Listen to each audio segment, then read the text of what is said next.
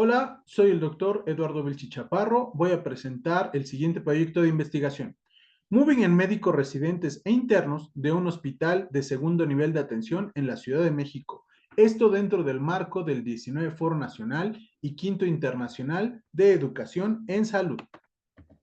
Un poco de mi trayectoria profesional. Soy médico cirujano por parte de la Universidad Nacional Autónoma de México, especialista en medicina familiar, maestro en ciencias de la educación, doctor en ciencias de la familia y doctor en alta dirección en establecimientos de salud, y actualmente me encuentro laborando como profesor médico del Centro de Investigación Educativa y Formación Docente Siglo XXI del Centro Médico Nacional Siglo XXI.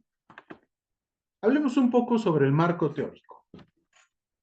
La expresión moving es un término implementado en los 80s por el Dr. Lehmann, el cual se utiliza en los casos de una persecución psicológica y de acoso laboral a una víctima para ocasionarle un daño, tanto así a nivel psicológico como la exclusión del grupo laboral en el cual se encuentre trabajando. La tipología del moving puede ser de tres tipos. La más frecuente, vertical descendente, donde ocurre por un superior jerárquico sobre la víctima. También existe la que se ejerce en una situación o en un nivel horizontal cuando se tiene la misma jerarquía. Y existe una más rara, que es la vertical ascendente, donde entre los quienes ocupan los puestos de subordinados afectan o violentan al jefe. Hablemos un poco de la prevalencia y antecedentes. Hay muchas informaciones estadísticas donde, por ejemplo, en México se encuentra que puede alcanzar hasta una prevalencia del 93% de la violencia, donde predomina la violencia física en más del 30%. Y vemos que en Latinoamérica tenemos porcentajes similares: Argentina 89%, Chile en 71% y Uruguay 69%, por citar algunos. Entonces, tenemos diferentes estudios, uno realizado, por ejemplo, por la Universidad Autónoma de Nuevo León, donde menciona que el 80% de los trabajadores en México han presentado algún tipo de violencia psicológica.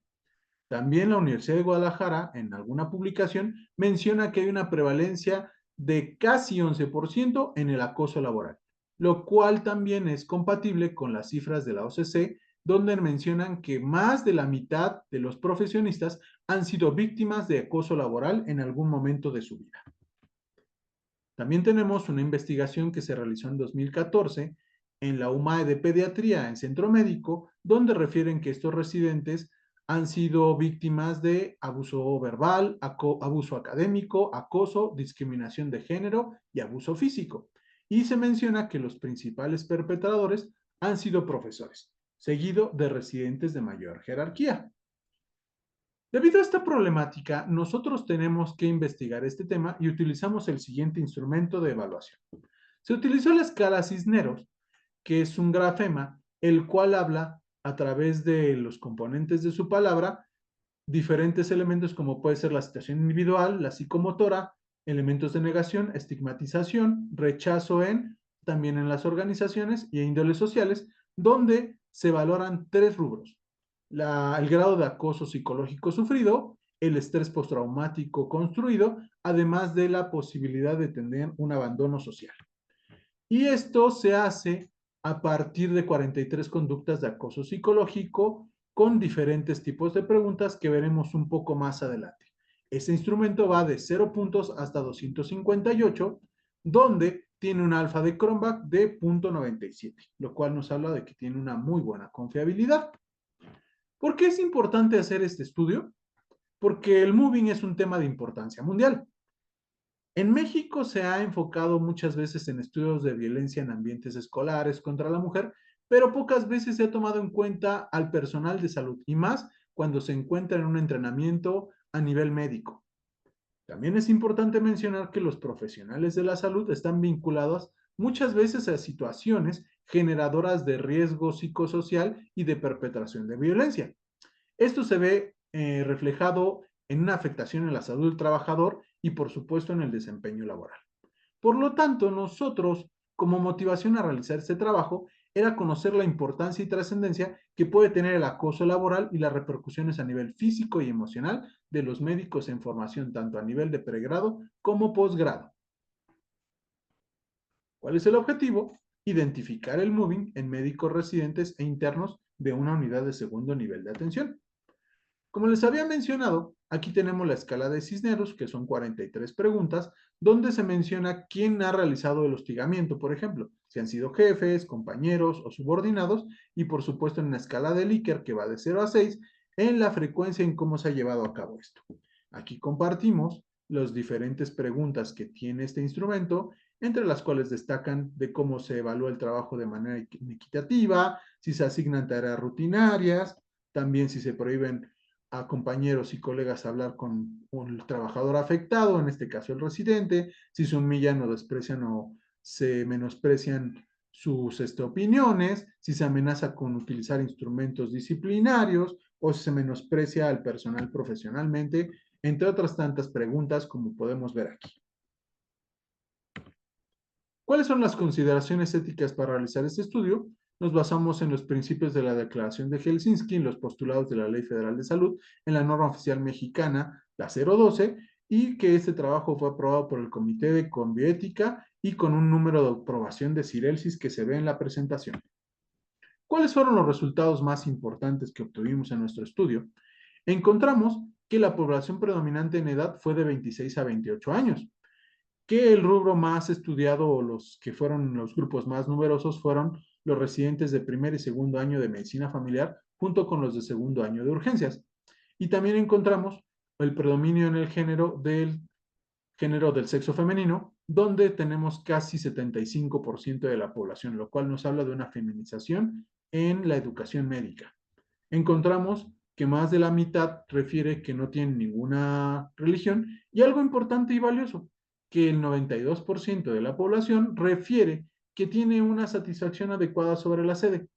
Y nos encontramos al aplicar la escala de Cisneros dentro de un análisis univariado que casi el 20% de la población refiere haber presentado moving. Y entonces nosotros establecimos los diferentes parámetros y cuáles fueron las variables donde había una asociación y encontramos que la presencia o esencia de bullying tenía una asociación menor al 0.05 en la edad, en el sexo, en el grado académico, lo cual nos habla de elementos muy valiosos de cómo la jerarquía médica puede influir en la presencia o no de este acoso laboral. Y bueno, las discusiones son hechos muy importantes, donde vemos que, por ejemplo, en el 2018, Gerard Olmedo y colaboradores en su artículo Los médicos especialistas en México señalan que hay una proporción mayor de mujeres estudiando las especialidades, lo cual concuerda con nuestros datos. Y como ya lo habíamos mencionado antes, esto nos habla de un proceso de feminización en la educación médica y también que se pueden llegar a presentar particularidades que se pueden denominar fenómenos como guerras, conflictos armados o donde existen mayores riesgos laborales en estos grupos de presentación, lo cual ocasiona una mayor población o una mayor diferencia poblacional entre los géneros. En el 2016, Álvarez, Medesigo y colaboradores refieren la presencia del síndrome de desgaste profesional en médicos, que el estado civil podía atenuar los factores de riesgo que conllevaban estrés y por consiguiente algún tipo de acoso. Y nosotros encontramos en nuestros datos que la población que tuvo estado civil soltero tuvieron menos índices de bullying. Y esto puede deberse a que el hecho de ser solteros no quiere decir que no cuenten con redes de apoyo que aminoren los factores de riesgo para presentar este fenómeno. También Taja, Florenzano y colaboradores en su artículo La espiritualidad y la religiosidad como factor protector en mujeres depresivas refieren que la espiritualidad y religiosidad son elementos adicionales y útiles junto a las intervenciones psicosociales para proteger fenómenos de estrés y de estudio, lo cual nos llama mucho la atención ya que nuestra población en su más de la mitad de los casos menciona que no tiene ninguna situación de espiritualidad o religión y esto es importante ya que nos permite saber que a lo mejor los médicos tienen una mayor probabilidad de tomar decisiones con respecto a sus pacientes, no desde un punto de vista religioso, sino más de un punto de vista científico. Reséndiz en el 2016, en factores de riesgo para acoso laboral en médicos residentes clínicos y quirúrgicos, refieren que los especialistas en medicina familiar tuvieron una intensidad de acoso laboral menor que otras especialidades. Nosotros analizamos esto dentro de la especialidad de medicina familiar y de urgencias y en efecto también tienen menores índices de acoso laboral, ya que muchas veces por el tipo de especialidad el trato con el personal y profesores es respetuoso, ya que estos tienen una mayor alta índice de educación, por supuesto de profesionalización docente y de cursos para hacer entender que el acoso y la violencia es algo que debe combatirse. Por lo tanto, es importante que nosotros generemos esos mecanismos de profesionalización en las personas que son responsables de los procesos de residencia y de internado y que esto en el hospital donde lo estudiamos se ha logrado, ya que el personal encuestado refiere que tiene una buena impresión de la sede. Y bueno, en el 2017 derive de la luz y colaboradores en percepción de maltrato durante la residencia médica en México, refieren que los residentes de mayor jerarquía eran los que más hacían acoso laboral. Sin embargo, nuestra investigación arroja datos distintos, ya que señalamos que los médicos residentes de mayor jerarquía son los que tienen más altos índices de acoso. Esas diferencias se deben a que en el hospital donde estudiamos, además de que los residentes de mayor jerarquía cuentan con más responsabilidades, los médicos adscritos pocas veces colaboran con ellos en una situación de equipo, sino que les ofrecen o les dan la mayor responsabilidad de los procesos médicos. ¿Qué podemos concluir con esto? Que el mobbing, también es llamado acoso laboral, tiene una presentación cada vez más frecuente entre los profesionales de la salud, lo cual repercute de manera directa en su desempeño y pone en riesgo la atención, la calidad y la seguridad de la atención que dan hacia sus pacientes, aunado a los altos índices de abandono y frustración laboral, estrés, depresión y otras entidades psicoafectivas. ¿Cómo podemos ayudar a solucionar esto? Es importante que se rediseñen las tareas y labores asignadas, que se diluciden en los procesos de tomas de decisiones, que se mejore la vigilancia en los procesos académicos y laborales, que se establezcan objetivos claros y alcanzables, además de procedimientos específicos y claros, que se delimite claramente los roles interprofesionales que se llevan a cabo en las diferentes sedes, que se mejore la comunicación, que se mejoren las condiciones psicológicas, físicas, emocionales y ergonómicas, y también que se mejore el sistema de incentivos, la posibilidad de tomar terapia psicológica y que haya elementos que propicien la tolerancia laboral y que se ejerzan las políticas de conciliación entre los diferentes actores en los hospitales y unidades de medicina familiar y UMAES. Por lo tanto, con el fin de prevenir las situaciones de acoso y violencia laboral en el sitio de trabajo, tenemos que brindar una atención oportuna en caso necesario. Se tiene que fomentar en las áreas laborales un ambiente de trabajo de tolerancia, dignidad, cooperación e igualdad de profesores, de oportunidades donde se promueva el diálogo y la comunicación, la búsqueda de soluciones, el reconocimiento de los esfuerzos, la creación de igualdad de oportunidades de desarrollo personal y profesional en el que las mismas autoridades hospitalarias se comprometan a no perpetuar y combatir la violencia.